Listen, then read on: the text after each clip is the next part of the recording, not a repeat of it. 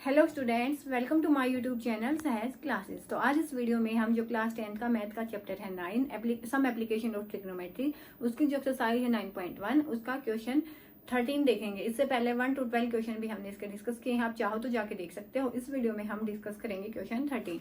तो देखो, क्वेश्चन 13 पे जाने से पहले ये वाली जो चीज है मैं हर वीडियो में बताती हूँ कि इन चीजों को आपको पता होना चाहिए। इसके लिए आप चैनल पे वीडियो अवेलेबल है, या तो वो देख सकते हो, या तो इसके लिए हम जो हमारे पास इस सम में यूज होगा वो हम साथ के साथ भी देख लेंगे। तो ये जो एंगल है ना वो दिए गए हैं, बस साइन थीटा क्या होता है P/H, परपेंडिकुलर बाई हाइपोटेन्यूस। इसके लिए जो ट्रिक है वो भी बताई है, इसके लिए अलग से वीडियो है, आप चाहो तो वो देख सकते हो। इसके साथ ही जो इसके एंगल्स की वैल्यू है उसका भी आपको थोड़ा बहुत आइडिया होना चाहिए। तो अब हम डिस्कस करेंगे question 13।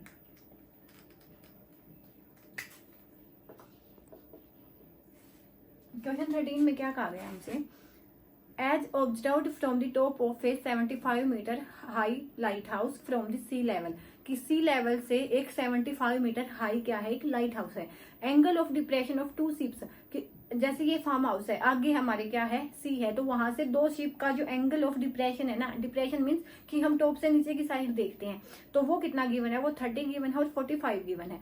If one ship is exactly behind the other on the same side of light house, की लाइट हाउस की साइड 2 शिप आ रही हैं, उनके एक दूसरी के पीछे है, और एक का एंगल क्या है 30 डिग्री है और सेकंड वाली का एंगल क्या है 45 डिग्री है। ये हमें गिवन है, तो हमें बताना है दोनों की शिप के बीच का जो डिस्टेंस है वो कितना है। तो वापस से पढ़ेंगे 1 by 1 और इसका फिगर बनाएंगे। क्या है, as observed from the top of a 75 metre lighthouse. ये देखो 75 मीटर क्या है, ये लाइट हाउस है, कोई भी हमें नहीं पता, ठीक है, ए भी हमने मान लिया।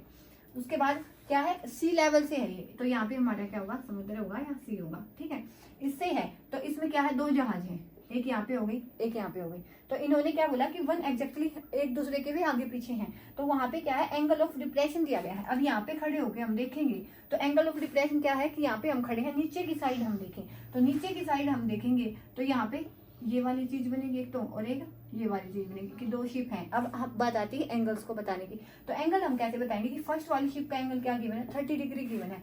डिप्रेशन क्या होता है, डिप्रेशन की हम नीचे की साइड देखेंगे और जो एंगल बनेगा ना वो किसके बीच में बनेगा, कि एक तो ये स्ट्रेट लाइन है और इसके बीच में बनेगा, तो ये वाला एंगल क्या गिवन है 30 डिग्री गिवन है। उसके बाद जब बात आती है सेकंड वाली शिप की, सेकंड वाली शिप की बात आएगी तो इसमें हम क्या बोलते हैं कि इसमें जो एंगल ऑफ डिप्रेशन गिवन है वो कितना गिवन है, यहाँ से इसके बीच का और इसके बीच का जो एंगल ऑफ डिप्रेशन गिवन है वो कितना गिवन है 60 डिग्री। तो यहाँ पे ये जो एंगल गिवन है वो कितना गिवन है 60 डिग्री, कि इन दोनों के बीच का जो एंगल है वो 60 नहीं सॉरी 45 डिग्री। तो ये वाला जो एंगल हमें कितना गिवन है 45 डिग्री, ठीक है। तो अब देखो ये वाली चीज हमें यहाँ पे गिवन है, तो हम इनको यहाँ पे अच्छे से बना लेते हैं, सी और डी, 2 शिप थी, एंगल ऑफ डिप्रेशन गिवन है। इसमें मेन चीज क्या आती है कि आपको इनको एंगल्स को निकालना आना चाहिए, कि डिप्रेशन हम किसको बोलते हैं, एलिवेशन हम किसको बोलते हैं। तो यहाँ से देखो ये वाली जो ट्रायंगल है, ये वाली चीज हम ले, यहाँ पे ये वाला जो एंगल है ये कितना गिवन है 30 डिग्री गिवन है। अगर ये 30 है तो ये भी 30 होगा, क्यों, क्योंकि ये क्या होते हैं अल्टरनेट एंगल। तो यहाँ से हमने पता लगाया कि हमारा ये वाला एंगल है वो कितना होगा 30 डिग्री होगा। ऐसे ही अगर हम बड़े वाले की बात करेंगे तो ये 45 गिवन है ना, तो ये भी कितना हो जाएगा 45 गिवन है, तो ये भी क्या हो जाएगा 45। तो ये क्या हो जाएगा 45, ठीक है। तो ये वाली एंगल को आपको बताना चाहिए। उसके बाद देखो अब हम निकालेंगे, क्या निकालना, हम दोनों शिप के बीच की डिस्टेंस निकालनी है। डिस्टेंस निकालनी है, इट मीन्स कि हमें ये वाला डीसी की वैल्यू हमें फाइंड आउट करनी है। अब हम देखते हैं हमारे पास है क्या क्या, एंगल BDC कितना है 30 डिग्री है, एंगल BCA कितना है 45 डिग्री है। निकालेंगे सबसे पहले इस वाले ये वाला डिस्टेंस निकालना है ना, तो हम बड़े वाली ट्रायंगल से फुल निकालेंगे और छोटे वाली से ये वाला निकालेंगे। और उसमें से कैसे निकाल सकते हैं हम डीसी को हम निकाल सकते हैं कि हम AD में से AC को माइनस करें। तो पहले AD पता होनी चाहिए, AC पता होनी चाहिए, उसके बाद निकालोगे। तो AD के लिए हम ट्रायंगल लेंगे बड़ी वाली, इन ट्रायंगल ADB गिवन क्या क्या है AB बाई AD। अब AB क्या है, परपेंडिकुलर है, ये बेस होता है और ये हाइपोटेन्यूस, ये तो बहुत से वीडियोस में बता चुके हूँ मैं। तो ये क्या परपेंडिकुलर है AB, तो ये क्या है P। AB क्या है AD, सॉरी AD, ये क्या है, बेस है। तो P बाई बी हम किसको बोलते हैं, टेंजेंट थीटा को। तो टेंजेंट थीटा। अब P की वैल्यू कितनी है, 75 डिग्री है और बेस की वैल्यू हमें निकालनी है। तो ये क्या हो जाएगी, टेंजेंट कितना, एंगल कितना है इसमें, एंगल है 30 डिग्री, टेंजेंट 30 डिग्री। तो यहाँ से ये क्या हो जाएगा, या तो बेस लिख लो या तो AD ही लिख लो। तो 75 AD, टेंजेंट 30 की वैल्यू होती है 1/√3। तो वैल्यूज का भी आपको पता होना चाहिए। क्रॉस मल्टीप्लीकेशन करेंगे तो यहाँ से AD की वैल्यू क्या आ जाएगी, 75√3 मीटर। तो यहाँ पे आप लिख सकते हो कि AD की वैल्यू क्या आई हमारे पास, 70 मीटर।